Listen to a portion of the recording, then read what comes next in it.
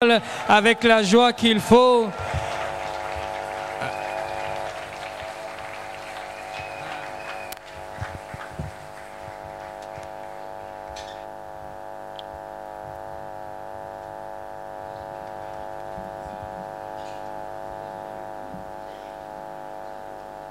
Gloire à Dieu. Alléluia. Amen. Que le nom du Seigneur soit béni ce soir.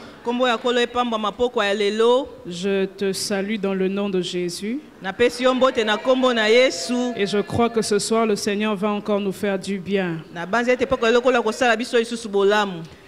Nous allons, sans plus tarder, lire les Écritures. Je vais nous demander respectueusement de nous tenir debout en signe d'honneur à la parole.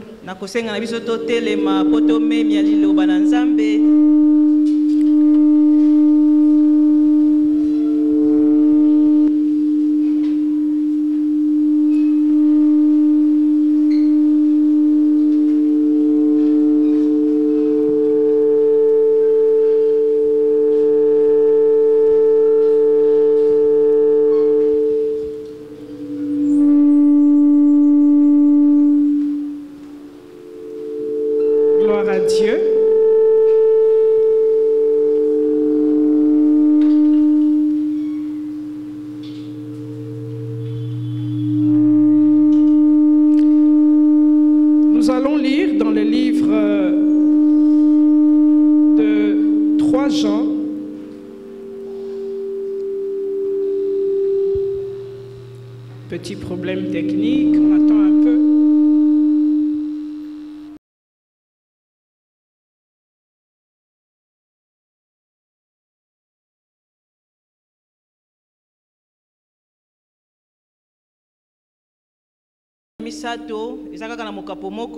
Et ensuite le verset 2e.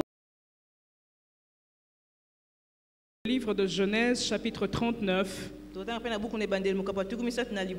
De 1 à 6.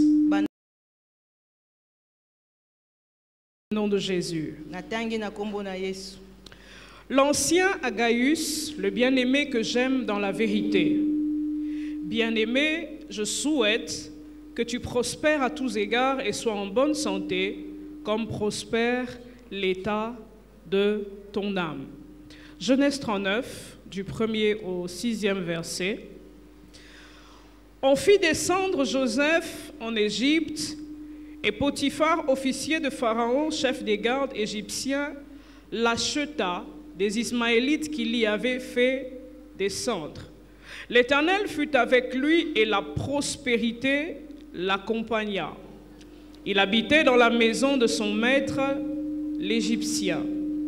Son maître vit que l'Éternel était avec lui et que l'Éternel faisait prospérer entre ses mains tout ce qu'il entreprenait. Joseph trouva grâce aux yeux de son maître qui l'employa à son service, l'établit sur sa maison et lui confia tout ce qu'il possédait. Dès que Potiphar l'eut établi sur sa maison et sur tout ce qu'il possédait, l'Éternel bénit la maison de l'Égyptien à cause de Joseph. Et la bénédiction de l'Éternel fut sur tout ce qui lui appartenait, soit à la maison, soit au champ. Il abandonna aux mains de Joseph tout ce qui lui appartenait et il n'avait avec lui d'autre soin que celui de prendre sa nourriture. Or, Joseph était beau de taille et beau de figure. C'était la parole du Seigneur. Nous pouvons reprendre nos places. Amen. En sa présence. Alors je bénis le Seigneur pour cette deuxième soirée. Et je crois que le Seigneur va encore nous faire du bien ce soir. Hier, nous avons parlé de prospérer par la révélation de la parole prophétique.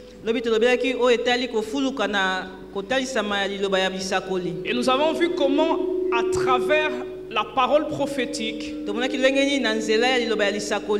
Dieu peut changer une saison de sécheresse en saison d'abondance.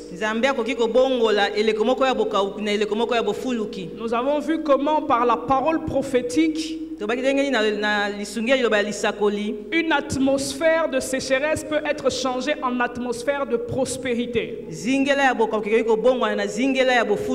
Et ce soir, nous allons continuer dans la même pensée. Et mon sous-thème de ce soir, c'est comprendre la spiritualité de la prospérité.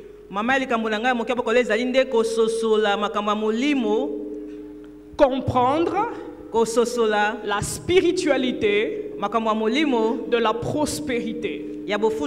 Alléluia. Amen. Alors l'objectif que nous poursuivons ce soir est triple. Le premier objectif, c'est que je voudrais faire asseoir dans ton cœur que c'est la pensée et la volonté de Dieu que tu prospères. Je voudrais que ton esprit, ton cœur soit affirmé que Dieu veut que tu prospères. Le deuxième objectif que je vais poursuivre à travers ce message, c'est de te faire comprendre que derrière l'abondance, il y a la spiritualité.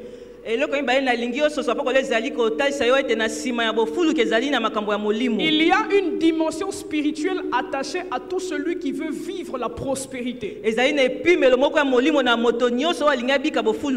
Et qui dit spiritualité dit loi, dit principe. C'est-à-dire qu'à travers mon message, je voudrais t'emmener à comprendre quels sont les principes qui font qu'une personne demeure dans la prospérité.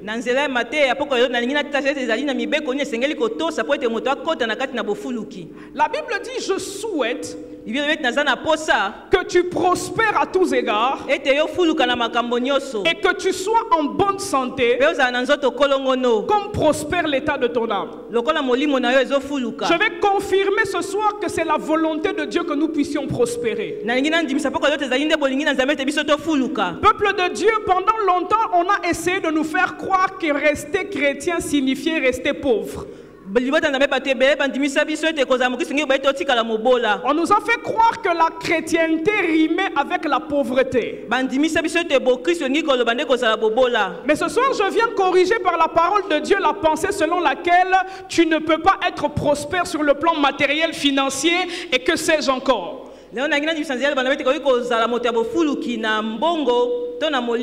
Lorsqu'il dit je souhaite que tu prospères, le mot prospérité signifie état d'abondance. Donc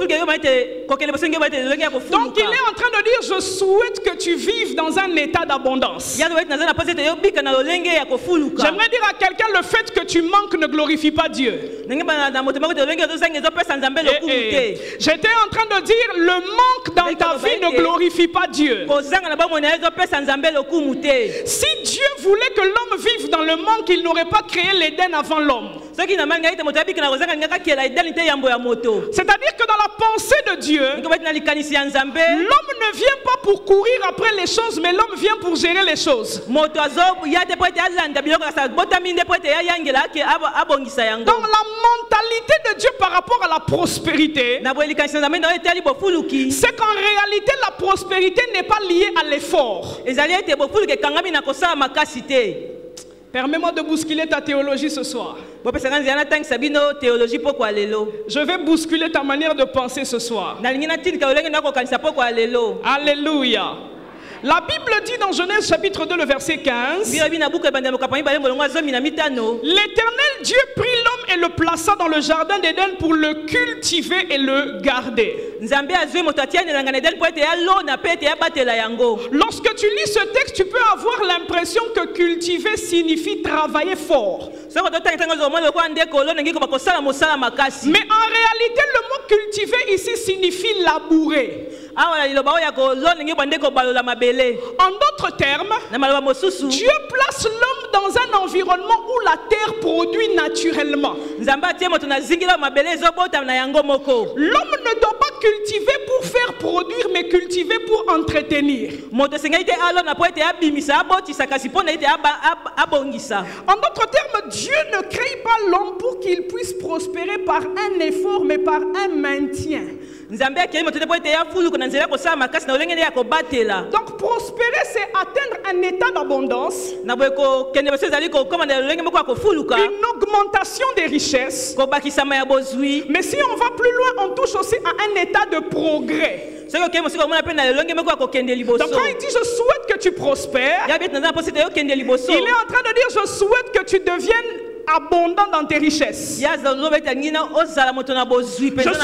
tu progresses dans tous les domaines où il t'est donné de faire quelque chose. Voilà pourquoi je déclare et je décrète sur ta vie ce soir que la dimension de progrès s'attache à tout ce que tu entreprendras. Lorsque Dieu s'adresse à Josué, il dit c'est alors que tu auras du succès et c'est alors que tu réussiras. Je prie que la réussite, je prie que le succès, je prie que la progression soit constatée dans tous les domaines de ta vie, et cela dans le nom de Jésus. Est-ce que je parlais à la PPISG? Alléluia. Amen. Mais lorsque l'homme pêche, la Bible dit, Dieu dit à l'homme, puisque tu as péché en mangeant le fruit de l'arbre que je t'avais interdit, le sol sera maudit à cause de toi. Ça veut dire que la notion de prospérer sans souffrance a été retirée à cause du péché. C'est le péché qui est venu rendre le processus d'abondance compliqué. Donc à partir du péché, le contrat entre l'homme et la productivité était égal à la souffrance. Donc pour produire dorénavant, il fallait souffrir. Et c'est cette logique qui s'est installée dans la conscience collective des hommes. Aujourd'hui, travailler est associé à l'effort, à la corvée, à la souffrance. Or, dans la pensée de Dieu, prospérer n'est pas attaché à souffrir. Prospérer est attaché au travail, mais pas à l'effort qui mobilise une énergie pour des résultats minimes. Mais j'ai une bonne nouvelle à t'annoncer. Si le péché a emmené la dispensation de la souffrance, la Bible dit que Jésus-Christ est venu avec la grâce et la vérité. Ça veut dire par Jésus-Christ, nous avons été reconnectés à la dimension de prospérité, mais sans la souffrance. Christ est venu nous réintroduire dans l'alliance de la grâce qui nous permet de prospérer, mais sans la dimension de la souffrance. Est-ce que je parlais à quelqu'un ce soir? Je prie que Dieu te donne la grâce de prospérer avec aisance. Et lorsque nous lisons les Écritures, un jour, Dieu s'adresse à son peuple. C'est dans Deutéronome chapitre 8 de 17 à 17. Je suis en train de poser le contexte de mon message. Alléluia. Amen. Dans Deutéronome chapitre 8, le verset 17, Dieu parle à son peuple et il lui dit: garde-toi de dire en ton cœur, ma force et ma puissance, la puissance de ma main m'ont acquis ces richesses.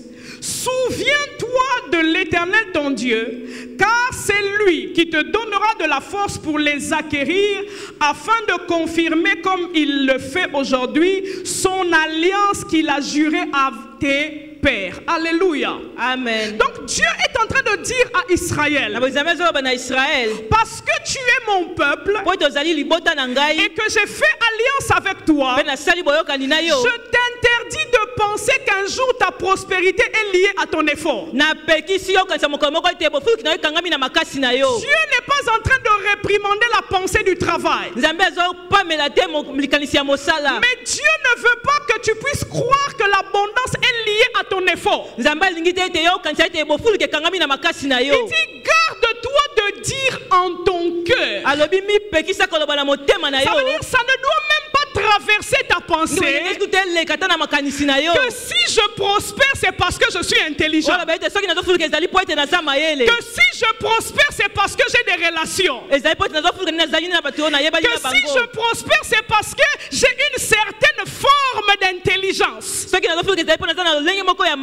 d'autres termes, Dieu est en train de libérer ici un principe. Toute abondance est soutenue par une puissance spirituelle. Amen. Il dit, garde-toi de dire en ton cœur que c'est ta force. Souviens-toi que c'est l'Éternel ton Dieu qui t'accordera la force d'acquérir toutes ces choses. J'aimerais dire à quelqu'un ce soir, la prospérité, l'abondance est d'abord une dimension spirituelle. Voilà pourquoi Gaius parle de prospérer comme prospère l'état de l'âme.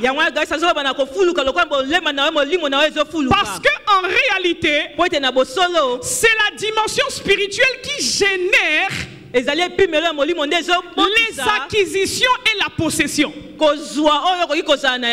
Et Jésus dit, je suis venu afin que mes brebis aient la vie, mais pas simplement la vie, mais dans une dimension d'abondance. Ça veut dire que Dieu n'a pas prévu que tu aies un niveau de vie normal.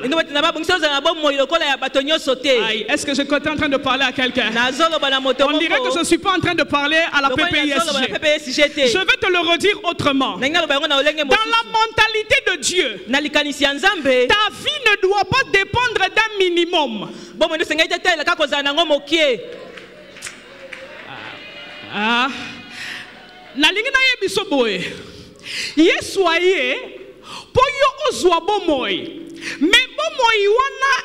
Il faut ça veut dire Dieu a donné, I want to say it in English, an overflow of life. Ça veut dire dans la pensée de Dieu, Dieu ne te voit pas avec une vie il y a tantôt plus tôt. Une vie, il y a ma limite, c'est-à-dire tu as des moyens, mais c'est comme si tu n'as pas de moyens. Tu as l'argent, c'est comme si tu n'as pas l'argent. Tu as des relations, c'est comme si tu n'as pas de relations. Je suis venu, en d'autres termes, la mission de ma mort et de ma résurrection, c'est de vous ramener au standard de vie du commencement. Je suis en train de voir un couple qui commence la vie sans enfant mais milliardaire. C'est comme ça que notre ancêtre Adam a commencé la vie. Je veux que tu enlèves la mentalité de jamais. Amen. Studio. Jamais. Dieu plaça Adam dans l'Éden. Donc si on fait une lecture économique, parce que j'ai fait un peu d'économie, Dieu donne un empire à Adam et Ève. Dieu crée la lumière, c'est pas Snell. Il met l'eau là-bas, c'est pas ça régit des eaux. Qu'il y ait des poissons, c'est pas ça entreprise de pêche. Amen. Les arbres fruitiers, c'est pas ça, c'est pas ça la ferme et l'élevage. Ça veut dire dans la mentalité de Dieu, la pauvreté est un mot qui n'existe pas dans notre famille. Dis à ton voisin, dans notre famille, on n'est pas pauvre. Dis-lui bien, dis-lui bien. Dans notre famille, vraiment la pauvreté, ce n'est pas notre lot. Et Jésus est venu parmi les raisons pour lesquelles il est mort. Au-delà de la raison pour laquelle tu vas aller au ciel, ça c'est bien. Mais je dis toujours à mon mari, si c'est seulement pour aller au ciel que Jésus est mort. Donc il nous a blagué en même temps. Parce que tu nous promets que tu vas nous faire du bien au ciel. Yo la kibiso te kosala biso bolamu na lola. Mais avant le ciel là, on est ici. Yambo ya lola tozali nanu awa. Ici maintenant, on fait moment pour vivre. Awa tosande ni poto bika. Je voudrais dire à quelqu'un, Ngina ba moto moko. la parole de Dieu définit ta vie selon le standard de Dieu. Bo liyo bandame to tasa bo mo koandisa mama kanisi ya La Nzambe. vie en abondance. Bo mo ina kofuluka. C'est-à-dire quand tu vas dans le domaine des enfants, les enfants en abondance. C'est toi qui vas délimiter, tu vas aller jusqu'où. L'argent en abondance, la santé en abondance, l'intelligence en abondance, les relations productives. Je n'ai pas dit relations toxiques. Tu vois, quand Satan a voulu abîmer affaire de prospérité, il a fait entrer une relation toxique. Lui-même le serpent. Alléluia. Amen. Donc la pensée de Dieu, la volonté de Dieu, c'est que toi tu sois prospère. À tous égards. Dans la santé, dans l'intelligence, dans ta spiritualité. Ton spirituel en abondance. Parler en langue paix en abondance. Maombi en abondance. C'est-à-dire que chez nous, tout est multiplié de manière à ce que tu ne sois pas dans les justes.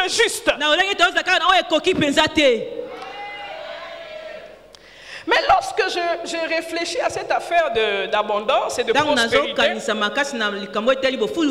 je réalise que le travail vient après l'investissement spirituel. Écoute ceci, on parle de Joseph. On dit on fit descendre Joseph en Égypte. Et Potiphar, officier de Pharaon, chef des gardes, égyptien. C'est pas pour rien qu'on a mis tous ces détails. L'acheta des Ismaélites qui l'y avait fait descendre. Donc on est en train de nous parler d'un esclave qui vient d'être acheté. À mon sens, ça n'a pas beaucoup d'importance parce que qu'est-ce qu'on va faire d'un esclave? Mais ce qui m'intrigue, c'est le verset 2. On dit que cet esclave-là, l'Éternel était avec lui. Je suis en train de dire à quelqu'un, le problème n'est pas si on t'a acheté ou si on t'a vendu. Le problème c'est avec qui tu es pendant qu'on te vend ou pendant qu'on t'achète. La Bible dit on venait de les vendre. Une vente fraîche. Mais la Bible précise, l'Éternel était avec lui. J'aimerais dire à quelqu'un, la prospérité commence quand l'Éternel est avec toi. Le problème n'est pas d'où tu viens ni où tu vas. Le problème n'est pas la condition dans laquelle tu te trouves. Le problème c'est est-ce que l'Éternel est avec toi. Et la Bible continue en disant, et la prospérité l'accompagna. Donc, Joseph avait une amie, la prospérité. On voyait Joseph marcher seul. Mais dans l'invisible de Joseph, Joseph marchait avec quelqu'un qui s'appelle la prospérité. Joseph n'a encore fait aucune démonstration d'intelligence. Il n'a pas encore fait test d'embauche. Mais la Bible dit qu'il marche avec une dimension qui s'appelle la prospérité, l'accompagnant.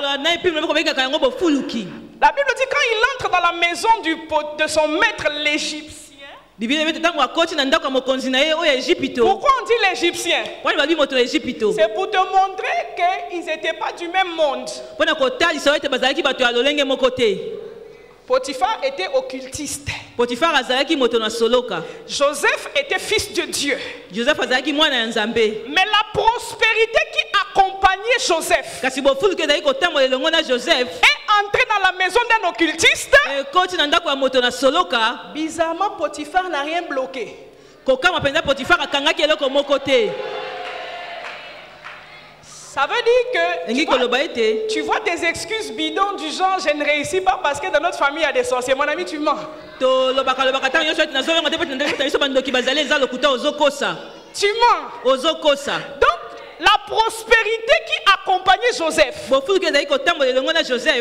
que la maison dans laquelle on entre, c'est une maison occulte. Mais parce que notre Dieu est au-dessus de tout esprit, la prospérité est venue à occuper les lieux dans la maison de Potiphar. Écoute ce que la Bible continue de dire. La Bible dit, son maître vit que l'Éternel était avec.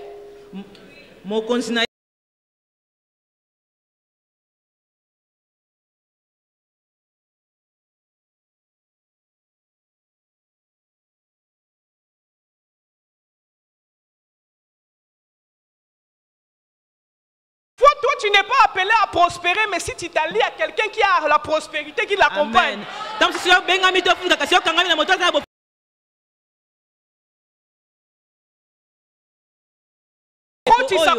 Joseph nanda kunayo.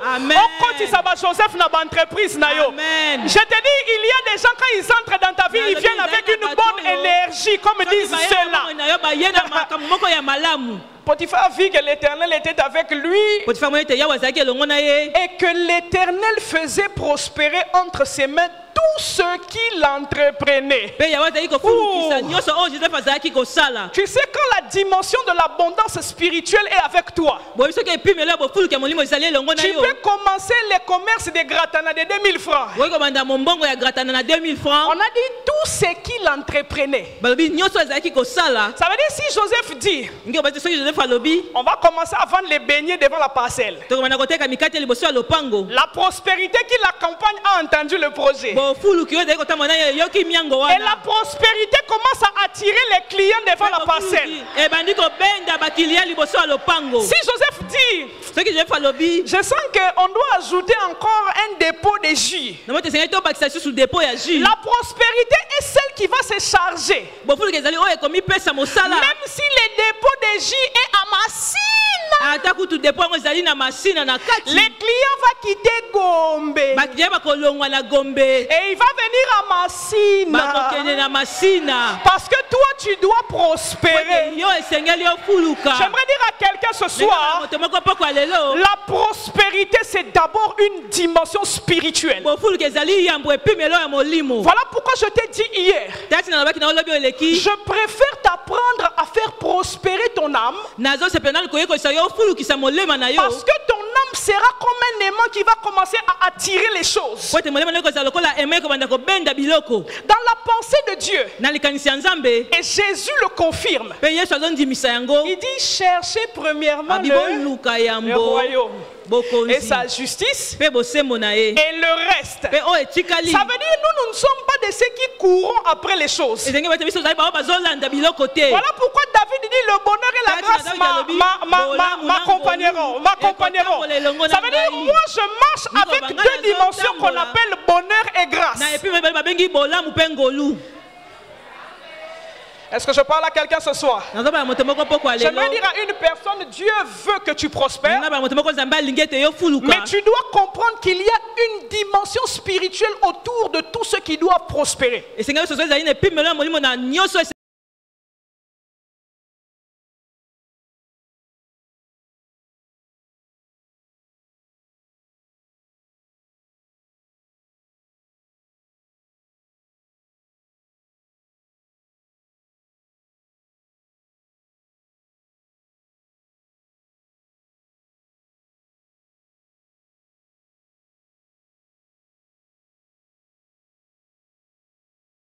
devient que tu es rendu capable par le pouvoir de faire. Ça veut dire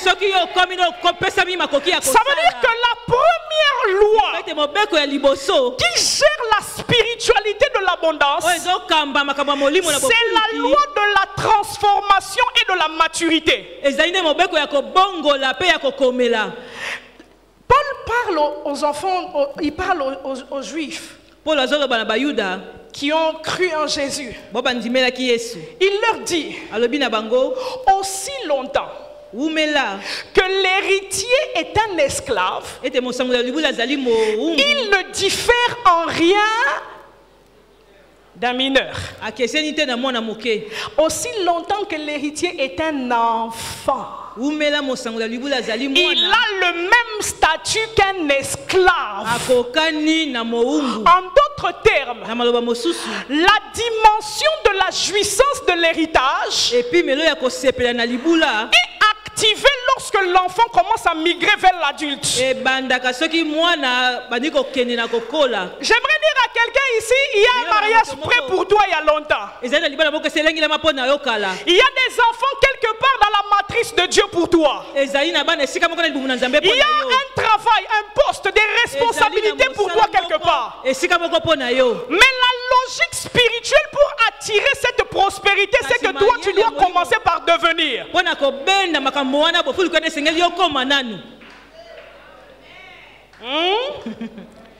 Ce que tu deviens te prédispose à gérer ce que tu as.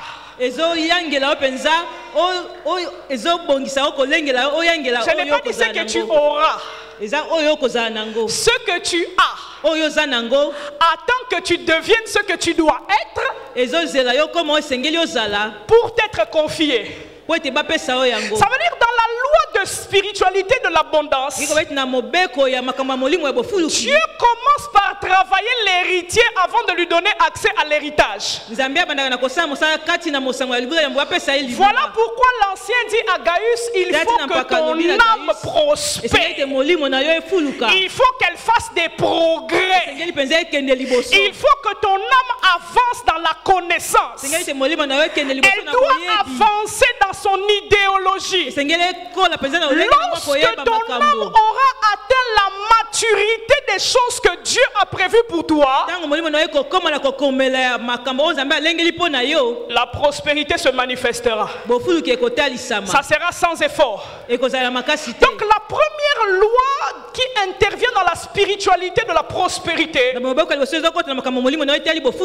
c'est la loi de la transformation. La loi du cœur. Pourquoi Dieu dit garde-toi de dire en ton cœur, ma force et ma richesse m'ont acquis ces choses? Parce que Dieu sait que la première chose qui s'élève quand un homme prospère, c'est le cœur. Mon ami, ne nous dis pas que tu es humble. Dis à ton voisin, pardon, attends que tu aies un petit $50 000. Et puis on va reparler de ça après. Tu es d'accord? Mais mon ami, tu t'es pas encore retrouvé là où tu as la possibilité de faire pécher avec ton argent. Amen. Tu as déjà loué, tu as déjà eu $10 000 dans ta poche, ça n'a rien à faire. Ce n'est pas pour payer les loyers. Non, c'est que tu as $10 000 qui dépassent.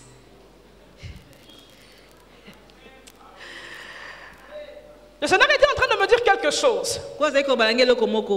Pourquoi Dieu prend du temps avant de nous élever? Parce qu'en réalité, Dieu travaille notre cœur. Dieu préfère que tu meurs avec un pain plutôt que tu sois très riche et que tu ailles à l'enfer. C'est pourquoi tu vois, Dieu prépare ton cœur longtemps avant de te donner certaines choses. Parce que le cœur, c'est ça qui indique que tu es mature pour gérer certaines choses. Regarde ce que Dieu fait. Abraham, notre patriarche, attend de prospérer dans la dimension des enfants. Pendant 25 ans, Dieu le fait attendre. Tu peux avoir l'impression que Dieu est en train de s'amuser avec sa foi. Après 25 ans, Dieu lui donne Isaac. Prends petit, prends Isaac. Abraham prospère maintenant à tous égards. Mais quelques petites années après, Dieu dit, Abraham, est-ce que je peux avoir Isaac? Qu'est-ce que Dieu veut vérifier? Est-ce que le cœur d'Abraham est toujours entier pour moi? Après que je lui ai donné la chose qu'il désirait tant dans sa vie, est-ce que je suis toujours sur le trône de son cœur? Le test du cœur est le premier que Dieu te fera passer avant de te faire prospérer. Le cœur. Dans ton cœur, il y a ta mentalité. Ça veut dire qu'il y a des gens qui ne sont pas prospères parce qu'ils ont une mentalité de villageois. C'est pas pour me moquer des villageois, mais tu es en ville. Ça veut dire pour réussir en ville, tu dois te détacher de la mentalité de l'arrière-plan. Mais tant que Dieu n'a pas défait ton arrière-plan dans ta mentalité, on peut prier comme tu veux, tu ne seras pas prospère. Dans ton cœur, il y a tes tendances, tes affections, tes inclinaisons, tes goûts. Les goûts vestimentaires, alimentaires, c'est dans ton cœur. Donc, il y a des choses, Dieu ne peut pas encore t'envoyer l'argent pour les caviars parce que toi, bon, tu aimes trop les mounsambou. Bon, prix de mounsambou et prix de caviar, vraiment.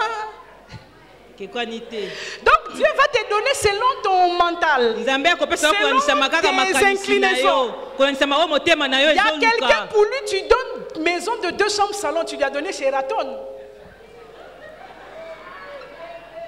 Mais il y a quelqu'un d'autre, 4 maisons de 4 chambres, là, il voit ça seulement, c'est petit. Ça veut dire que Dieu va commencer à travailler ton cœur en fonction de là où il t'emmène. Voilà pourquoi je veux dire à quelqu'un dans cette saison, fais attention au mouvement de ton cœur. Tu peux commencer à constater que tu commences à avoir des goûts de luxe un peu compliqués. Il faut t'adapter. Il faut t'adapter.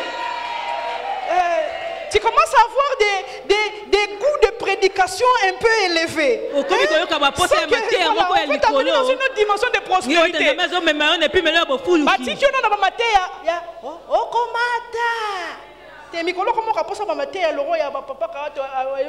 Prospérer à tous égards par la connaissance de Christ. Maman t'aime, TP à l'université. Amen. Donc, si vous avez été dans le bouteille au sang salé, maman Mathéo.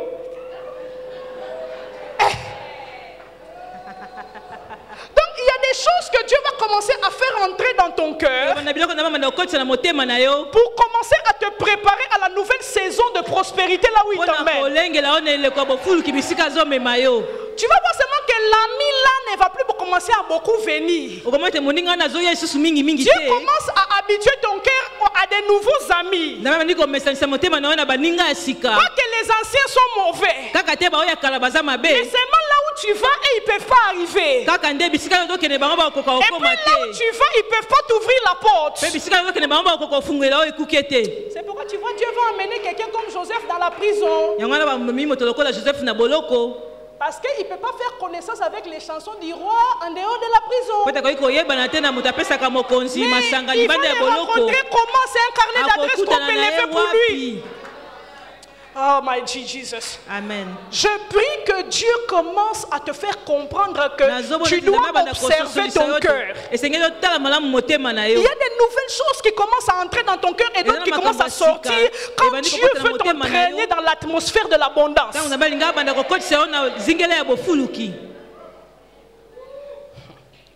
La Bible dit que Jean-Baptiste vivait dans le désert. Il mangeait du miel et des sauterelles. Un régime alimentaire très compliqué. Mais je suis étonné de voir que l'Égypte quittait la ville et venait là où Jean-Baptiste était.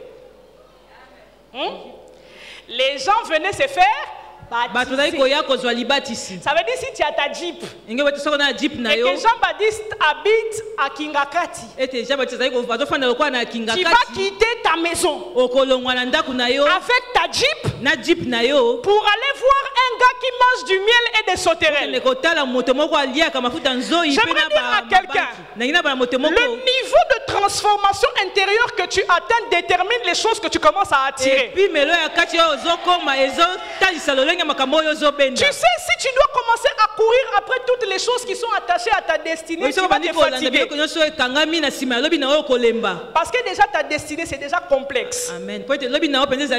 Les choses qui sont autour de ta destinée sont complexes. Maintenant, s'il faut que tu commences à courir derrière elles, ça sera compliqué. Alors, qu'est-ce que Dieu fait? Chaque fois que Dieu veut commencer à te faire accéder à une saison d'abondance, Dieu va créer un besoin de solitude. Tu vas commencer à être dans des lieux où tu as l'impression qu'il faut seulement que tu pries. En réalité, qu'est-ce que tu es en train de faire? Tu es en train de transformer l'homme intérieur qui doit commencer à attirer les choses. Tu commences à prier. Tu es dans 3 jours de jeûne et prière. Tu pries. Seigneur, transforme mon homme intérieur. Tu es là, tu écoutes tes prédications parce que tu veux grandir dans la connaissance de Dieu. Et puis au bout de tes 3 jours de jeûne et prière, quand Dieu a déposé la chose qu'il fallait qu'il dépose en toi, quelqu'un t'appelle. Maman, mon awa, santé, ça ne va pas. Pas si abondance. Amen. En réalité, tu étais en train de charger la solution de cette maman. Maintenant, elle devait aller dépenser $5,000 pour une opération. Mais pendant que tu étais en train de construire l'homme intérieur, Dieu a pris la chose qui devait guérir l'enfant, il l'a déposé chez toi. Et puis il a fait que la maman t'appelle. Quand la maman t'appelle, tu dis maman, passez au bureau, je vais prier pour l'enfant. Aïe, je suis en train de voir comment Dieu est en train d'emmener quelqu'un à attirer les choses vers lui. Tu imposes la main à l'enfant. 5 minutes. L'enfant est guéri. La maman sent seulement dans son cœur que $5,000 d'opération là. C'est pas ça l'opération qu'on vient de faire ici. Maman, prenez l'argent. Tu n'as pas transpiré. Tu as seulement travaillé l'homme intérieur. J'aimerais dire à quelqu'un, active la première loi pour 2025. Active la loi de la transformation. Plus tu seras en train d'être transformé, plus les choses seront en train de venir à toi. J'aimerais dire à une femme ici, ton mari est peut-être assis à côté de toi. Mais tu sais pourquoi il ne va pas te dire encore je t'aime? Tu as un mauvais comportement. Maintenant, comme Dieu sait ça, c'est comme ça tu verras que même pousseur dans la rue ne peut pas t'appeler. Parce que Dieu veut que ça te choque tellement. Et puis un jour, un pousseur va te dire yo, ça mangala ma BSR. Et suis-yo. On comprend qu'il faut que travailler mangala mabe. On commis nzambe changer nga. Nzambe changer nga. Plus nzambe azo changer yo, miso mubali no evanda pembeni na yo wana. Et romo ngwama.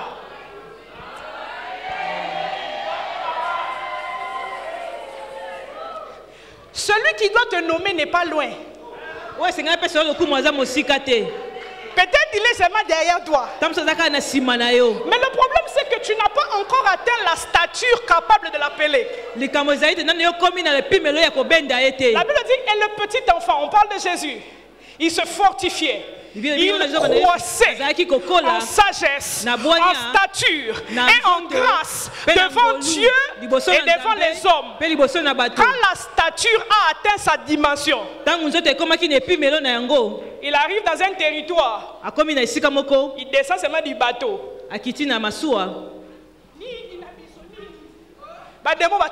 Papa, ça c'est les choses que la stature produit. C'est-à-dire que je n'ai pas besoin de... Il y a quel démon ici? Non, c'est vous qui allez vous manifester. La loi de la transformation. C'est cette première loi qui gère la spiritualité de l'abondance. Toute forme d'abondance répond à cette loi. Tu veux des enfants, Dieu doit te donner le cœur d'une mère. Il doit enlever le cœur des jeunes filles là. Le cœur des jeunes filles, quand elle a $20, c'est son cabello. Le cœur des mamans, tu vas faire 5 mois avec ce que ma boro. L'enfant doit manger. Amen. Tant que Dieu ne voit pas ce cœur-là, il ne donne pas. J'aime toujours le dire à mes fils. Dieu bénit le cœur avant les mains. Dieu bénit le cœur avant les mains. Alléluia. Amen. Lis la Bible. Tu verras que ce n'est pas pour rien que Dieu avait mis la richesse chez Joseph. Il avait bon cœur. Imagine qu'on prend l'argent là et puis on donne ça à Ruben. Hey, Dieu, on est mort en même temps. Déjà, il est grand frère, il n'est pas capable d'interdire qu'on vende son petit frère. Et puis c'est à lui on va donner l'argent de la famille. Non, hein? Le cœur. Dieu doit travailler ton cœur. Tout ce qui peut éloigner ton cœur de Dieu, prie que Dieu le garde encore loin de toi jusqu'à ce que ton cœur atteigne la maturité. Amen. Toute manifeste spirituelle, physique de la bénédiction qui rallonge ta distance entre le sol et les genoux, retarde ça. Je vais le redire. Tu vois, toute bénédiction qui fait que la distance entre ton genou et le sol devient long. Ça veut dire ça rallonge ta distance dans la prière. Wait a bit.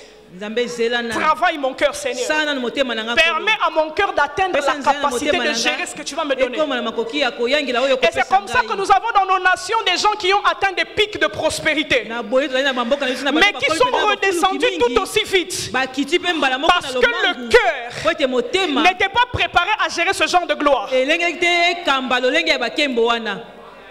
Alléluia. Amen. La deuxième loi qui fonctionne dans la spiritualité de l'abondance, je te dis, c'est la loi des alliances. La loi des alliances. Les alliances personnelles et les alliances associatives. Quelles sont les alliances que tu as avec Dieu en matière de prospérité? Peu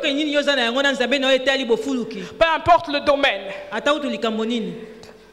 Les alliances déterminent le type d'atmosphère qui va t'accompagner. Si Joseph marche avec la prospérité, c'est parce que Joseph est en alliance avec le Dieu de son père. La prospérité qui accompagne Isaac à Guérar est liée à l'alliance qu'il porte avec lui. J'aimerais dire à quelqu'un, tu dois avoir des alliances particulières avec Dieu. Il faut arrêter vos histoires là de Jésus a déjà tout payé. Il a tout payé, mais réussi. S'il a tout payé, pourquoi tu ne réussis pas? Hein? Il a tout payé, non? Mais pourquoi tu es encore comme ça? Parce qu'au-delà de l'alliance fondamentale, il y a des alliances qu'il faut bâtir avec Dieu. Vous savez, j'ai compris que l'une des choses pour lesquelles Dieu rend Salomon extrêmement riche, c'est l'alliance du temple que David fait avec Dieu. Il y a Il y a une alliance que David veut faire avec Dieu. Il dit, je veux te bâtir le temple. Dieu dit, toi tes mains sont trop sales, tu as trop tué les gens. Tu as vu là où l'argent amène, hein? Il y a un petit berger. On lui a donné l'argent, il commence à tuer femmes des gens. L'argent là. L'alliance du temple justifie que Dieu bénisse également Salomon tel qu'il le bénit. Mais il y a aussi autre chose. C'est que Salomon n'a pas dit je suis fils du roi David, donc je n'ai rien à offrir à Dieu. Salomon veut prospérer dans le domaine de la sagesse. Et il dit, je dois gouverner le peuple, mais j'ai besoin de sagesse. Salomon va faire offrande pour sagesse. Toi, tu lis pas bien ta Bible, hein? À ton avis, c'est pourquoi qu'il avait fait l'offrande? C'était pour ça?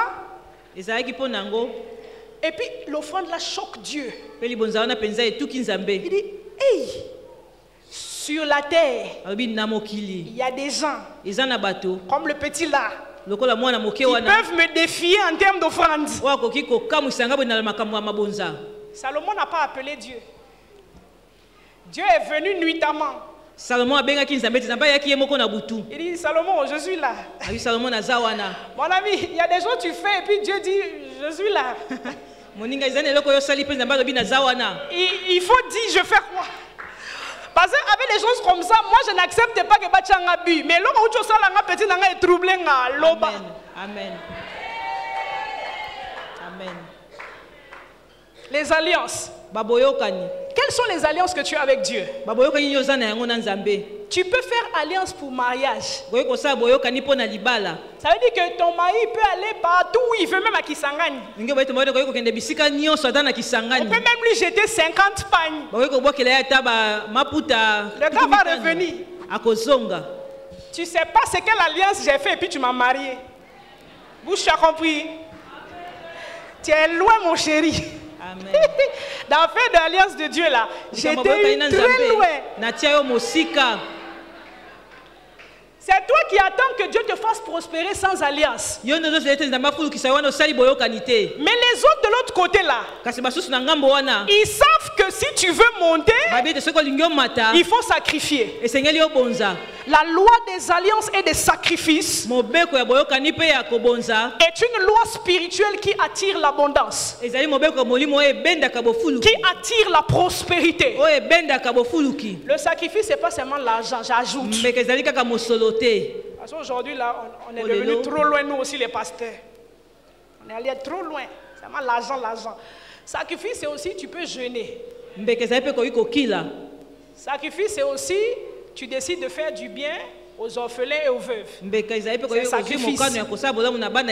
Mais rassure-toi que de ton éducation spirituelle, tu appliques la loi des alliances et des sacrifices. Pour réactiver la prospérité que nous avions perdue, Jésus s'est donné lui-même en sacrifice. Donc même Dieu a opéré avec la loi du sacrifice. Et la dernière loi, c'est là que nous allons prier ce soir. C'est la loi de la grâce, la faveur. J'aimerais dire à quelqu'un, Dieu veut que tu opères dans l'abondance, mais dans l'atmosphère de la faveur. La grâce. Il y a une onction qu'on appelle la grâce qui fait prospérer quiconque la possède. Voilà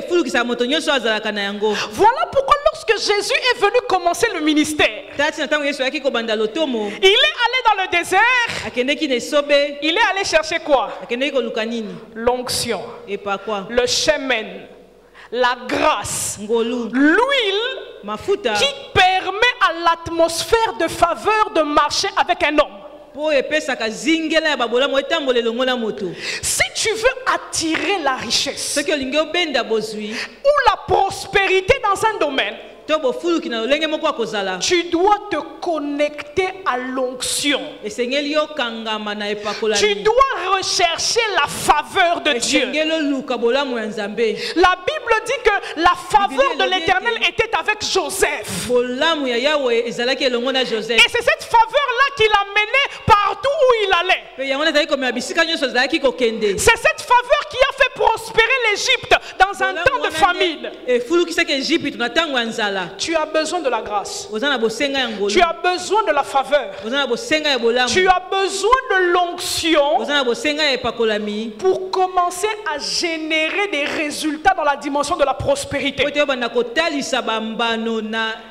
Voilà pourquoi Dieu dit, ce n'est ni par la force, ni par puissance, mais c'est par mon esprit, dit l'Éternel. Et Jésus arrivant faisant le ministère, il dit, l'Esprit du Seigneur est sur moi, car il m'a oint pour faire telle chose. En d'autres termes, l'onction de l'Esprit sur Jésus a commencé à libérer une dimension de faveur dans toutes les dimensions de son appel. Quand il était devant les malades, l'onction libérait la faveur de la guérison. Quand il était devant les gens qui avaient des problèmes d'argent, il libérait la grâce financière.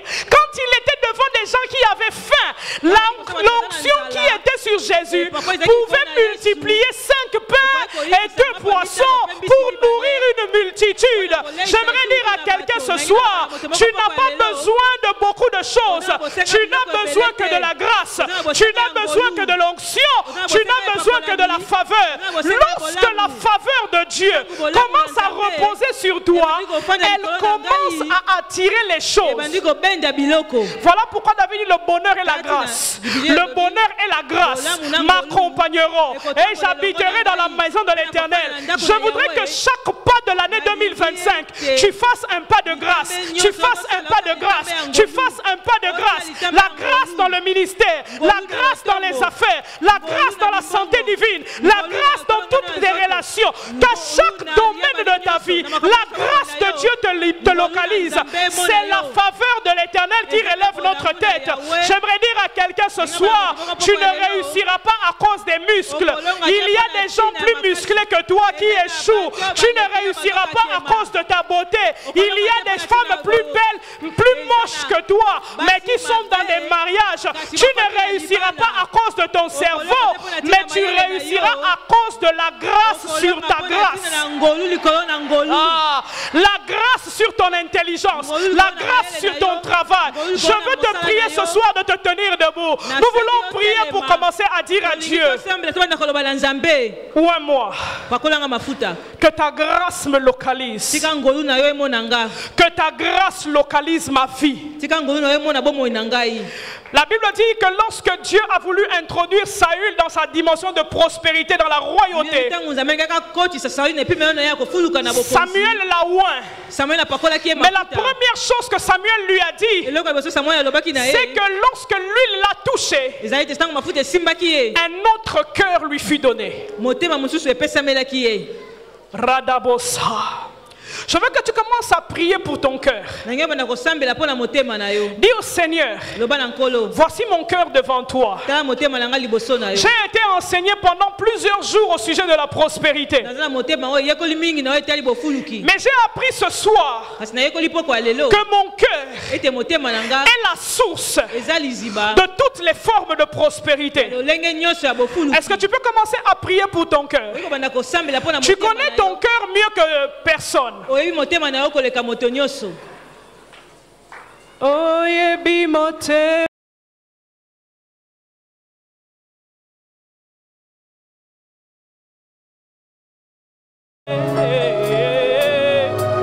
Prie pour ton cœur. Quelque chose est en train de se faire ce soir.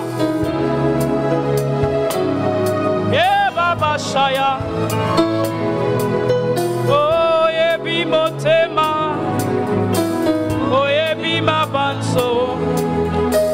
Prie pour ton cœur, présente ton cœur à Dieu. Dis à Dieu, transforme-moi, emmène-moi dans la meilleure version de moi pour la dimension à laquelle tu m'attends.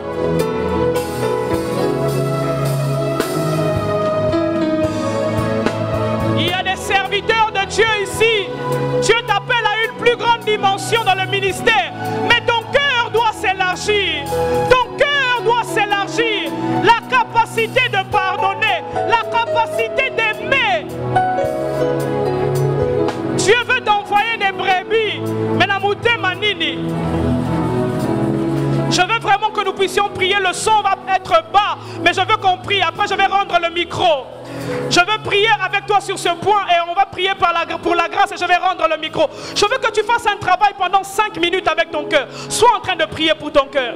Il y a des choses que Dieu doit enlever et il y a des choses que Dieu doit placer. Commence par parler à Dieu pour les choses qu'il doit enlever.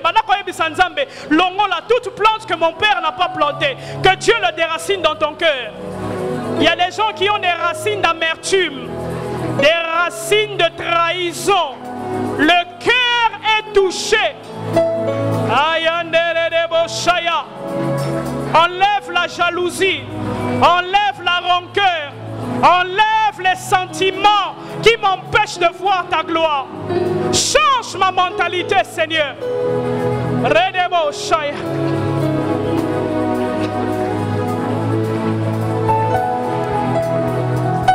Besanga, besanga makoki, yakosalela yo.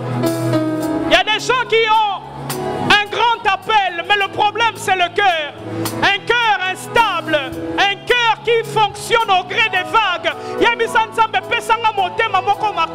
Un cœur ferme, malgré les tempêtes, que je sois fort. Ton cœur, ton cœur, ton cœur. Il est la source de tout. Il est la source de tes vies, dit la parole. Ton cœur, Seigneur, pour 2025, donne-moi le cœur de ma saison. Donne-moi le cœur de ma nouvelle saison. Donne-moi le cœur de ma nouvelle saison.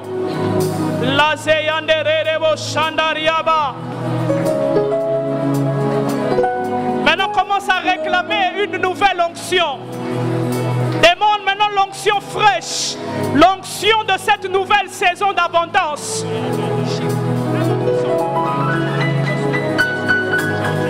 Leïda Souva. Je veux maintenant que tu réclames l'onction des dieux pour la saison d'abondance qui arrive.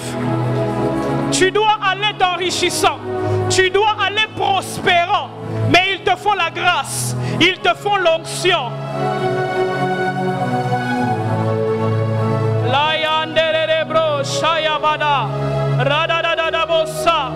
Je suis en train de voir les robinets du ciel en train de s'ouvrir. Le Seigneur est en train de me faire voir 2 robinets. Il y a un robinet où il y a de l'eau et il y en a un autre où il y a de l'huile. Dieu est en train de me dire, certains doivent aller au premier, au robinet de l'eau, pour être lavés, pour être purifiés. Et je vois deux autres personnes aller dans le robinet de l'huile pour être oint. Que la grâce de Dieu commence à te localiser selon ton cas.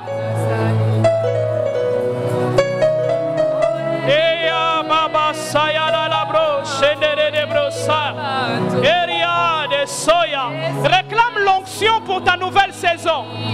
Une huile nouvelle. Tu huiles ma tête. Tu huiles ma tête. Tu huiles ma tête. Et ma coupe est débordante. Oui, l'huile sur ta tête te qualifie à vivre la grâce de Dieu. Réclame cette dimension. Réclame-la.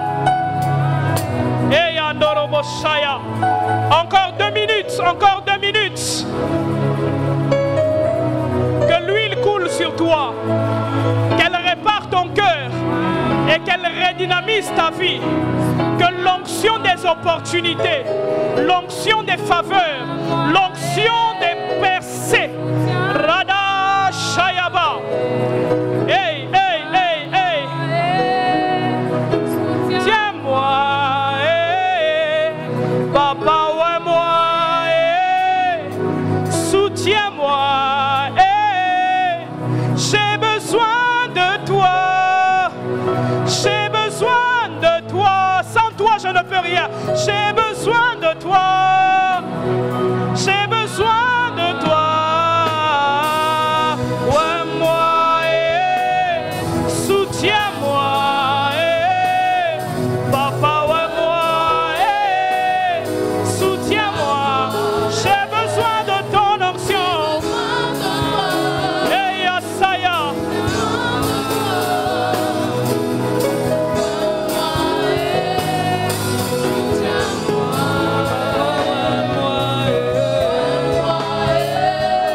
Alléluia.